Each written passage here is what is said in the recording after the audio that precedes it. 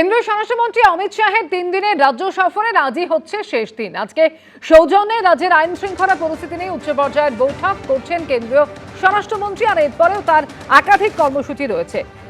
সরাসরি কথা বলবো অরিত্রিক ভট্টাচার্য আমাদের সঙ্গে এই মুহূর্তে রয়েছেন। অরিত্রিক, সৌজন্যে রাজ্যের আইন শৃঙ্খলা পরিস্থিতি নিয়ে মূলত আজকের এই বৈঠক, যে বৈঠক করছেন কেন্দ্রীয় স্বরাষ্ট্রমন্ত্রী, কি কি বিষয় আজকে উঠে আসতে পারে এই বৈঠকে?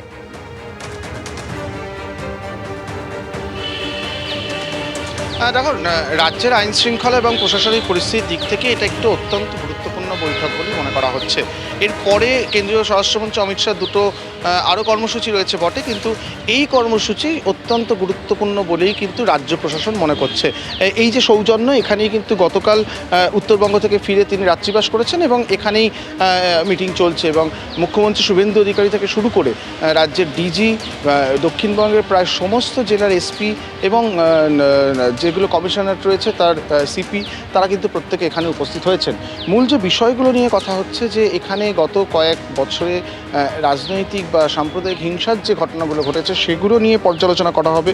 সিবিআই তদন্ত নিয়ে বিভিন্ন সময় বিভিন্ন অভিযোগ ওঠে। কটি সিবিআই তদন্ত এই মুহূর্তে রাজ্যে চলছে, তার কি পরিস্থিতি, কোনো সিবিআই তদন্ত ফাইল রিওপেন করার প্রয়োজন আছে কিনা, এই প্রত্যেকটি বিষয় কিন্তু এখানে আলোচনা হচ্ছে।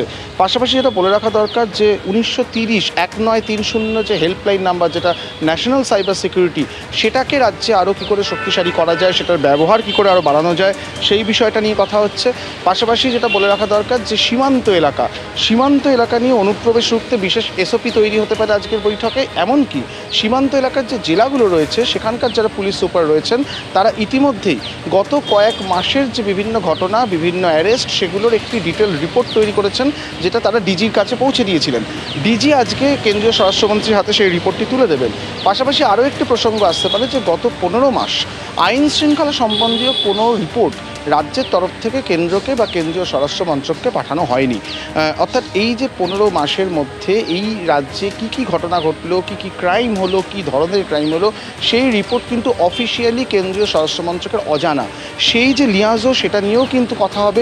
সীমান্তের কথা বলছিলাম, সেক্ষেত্রে আমরা জানি ইতিমধ্যেই বিএসএফকে সীমান্তবর্তী জমি দেওয়ার যে পদ্ধতি, সেটা শুরু হয়ে গিয়েছিল।